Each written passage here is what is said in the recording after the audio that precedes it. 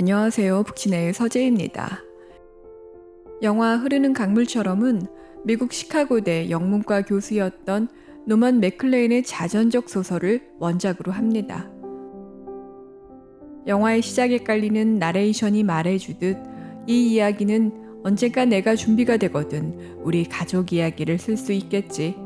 그때야 우리가 겪은 일이 무엇인지 그리고 왜 그런 일이 일어났는지 알게 될 거야 라는 아버지 말씀에 대한 오랜 화답입니다.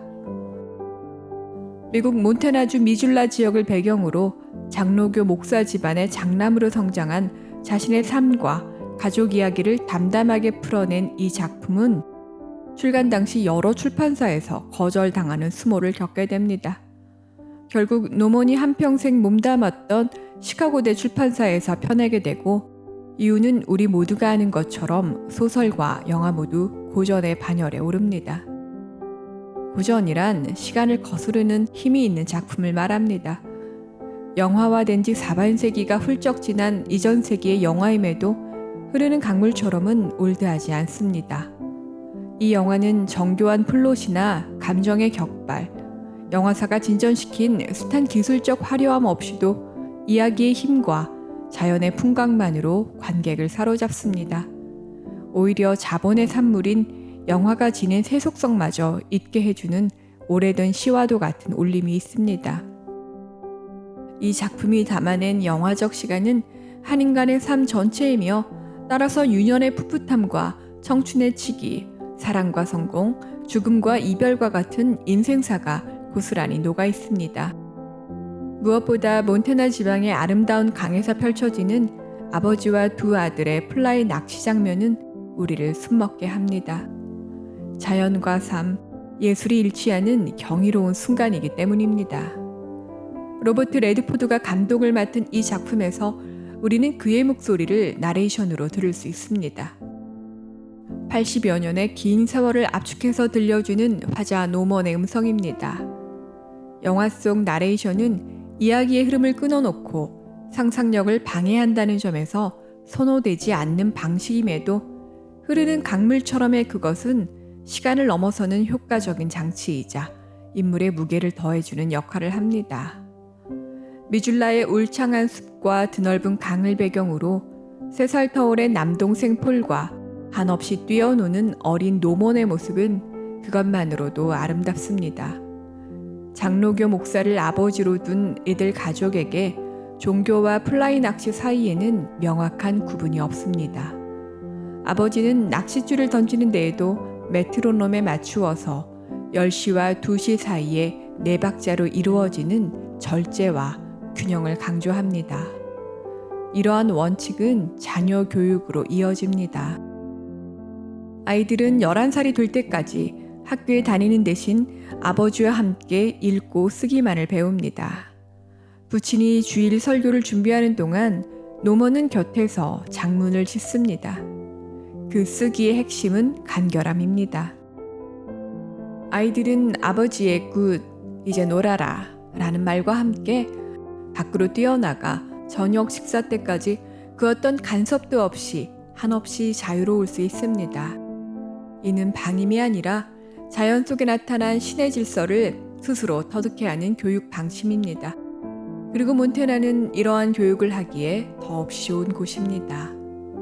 그렇게 노먼과 폴은 자라서 각기 제 삶을 찾아갑니다. 영민한 노먼은 고향을 떠나 다트머스 대학을 졸업한 후 시카고 대학 교수 자리를 제안받고 몬태나에 남은 폴은 그 지역의 신문 기자가 됩니다. 누가 더 명문대를 들어가고 어떤 아들이 사회적으로 더 성공했는지는 이들 가족에게 중요한 것이 아닙니다. 각기 다른 삶을 선택해 살아가는 아이들을 부모는 지지해주고 그 다름을 서로 존중해줍니다. 유년 시절 자연 속에서 함께 둥글었던 형제는 성인이 되어가면서 각기 다른 개성과 성향으로 나타납니다. 아버지의 가르침대로 메트로놈에 맞춰 낚시를 익힌 노먼은 세상 모든 부모의 바람대로 모범생의 삶을 걷지만 규칙에 얽매이는 것을 끔찍히 싫어하는 폴은 밖에서 보기에 위태위태합니다. 유년 시절 귀리 먹기를 끝까지 거부하던 그의 고집은 커서도 여전합니다. 무엇이든 본인이 하고 싶지 않은 것은 하지 않고 마음이 이끄는 대로 살아가는 폴은 젊음의 치기 그 자체입니다. 보트를 빌려서 폭포 아래를 타고 내려가는 모험도 마다하지 않고 인디안 여인과 사귀다 출입통제 술집에 버젓이 들어가 보란듯이 춤까지 추는 그의 자유분방함은 그래서 아슬아슬합니다. 마치 내일이 없는 것처럼 오늘의 삶에 모든 것을 걸듯 살아갑니다. 위험한 도박판에도 거침없이 끼는 동생을 바라보는 노모는 불안합니다. 하지만 가르치거나 훈계하지 않습니다. 그것은 그의 가족도 마찬가지입니다. 사람은 스스로 변하지 않는 이상 타인의 말과 충고로 변화되기 어려운 존재입니다. 부모나 선배의 충고는 받아들여지는 사람의 마음이 닫혀 있을 땐 튕겨져 나옵니다. 부서지더라도 타인에 의해 훼손되기를 철저히 거부하는 폴을 보면서 운명회로 번역되는 니체의 아모르 파티를 떠올리는 것은 당연한지 모릅니다. 도박꾼에 의해 오른손 주먹이 완전히 으깨진 채로 죽었지만 폴은 마지막 순간까지 제 운명을 밀어올린 자입니다. 반면 폴처럼 이해되기 힘든 또 다른 젊은이 닐이 있습니다. 노먼이 사랑하는 제시의 오빠인 닐은 허세만이 가득한 허풍선이입니다. 폴과 닐 모두 안정된 삶을 거부하고 제 감정에 충실하다는 점에선 같지만 폴은 삶의 중거가 자신에게 있었던 반면 닐은 그렇지 못한 인물입니다. 제시는 그런 오빠를 보면서 왜 가장 도움이 필요한 사람이 그걸 받지 않으려는 걸까요? 라면서 안타까워하지만 그녀가 해줄 수 있는 것은 아무것도 없습니다. 닐은 고향에서 떠나고 폴은 죽음으로 삶을 마쳤지만 그럼에도 폴의 낚시가 보여주듯 자기만의 방식으로 완결된 삶을 살았습니다. 아들을 잃은 참척의 고통 속에서 아버지가 내뱉은 He was beautiful 이란 말은 그래서 더없이 슬프고 아름답습니다. 노머니들은 아버지의 마지막 설교인 온전히 이해할 수는 없어도 온전히 사랑할 수는 있다 라는 말은 더 없는 진실이자 아들을 향한 부친의 애끓는 그리움의 표현입니다. 타인은 이해 불가의 영역이지만 그럼에도 온전히 사랑할 수 있습니다.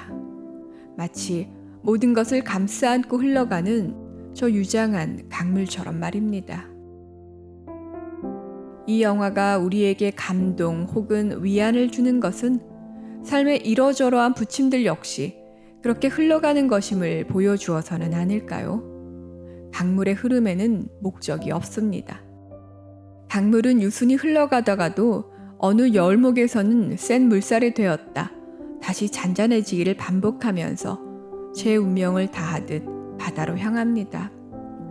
잠시도 멈추지 않고 흘러가는 것이 강이듯 우리네 삶도 같은 강물에 2번 발 담글 수 없다는 말처럼 그저 나아갈 뿐입니다. 그 유장한 시간 속에서 상처와 기쁨, 고통과 환희는 한 덩어리가 되어 우리의 지난 날을 만듭니다. 이미 일어난 일들은 어쩔 수 없으며 길을 써도 안 되는 일은 안 됩니다. 그리고 행복의 순간 역시 지나고 보면 일상에 지나지 않습니다. 거대한 시간 속의 소멸의 감은 존재하는 모든 것들의 숙명입니다. 우리는 다시 한번 인생의 기회가 주어진다면 시행착오 없이 잘 살 수 있을 것 같지만 누구나 전인미답의 삶을 삽니다. 노먼처럼 질서정연하고 세속적 성공이 뒤따르는 삶을 살 수도 폴처럼 운명의 삶을 맡기듯 뜨겁게 살 수도 있습니다.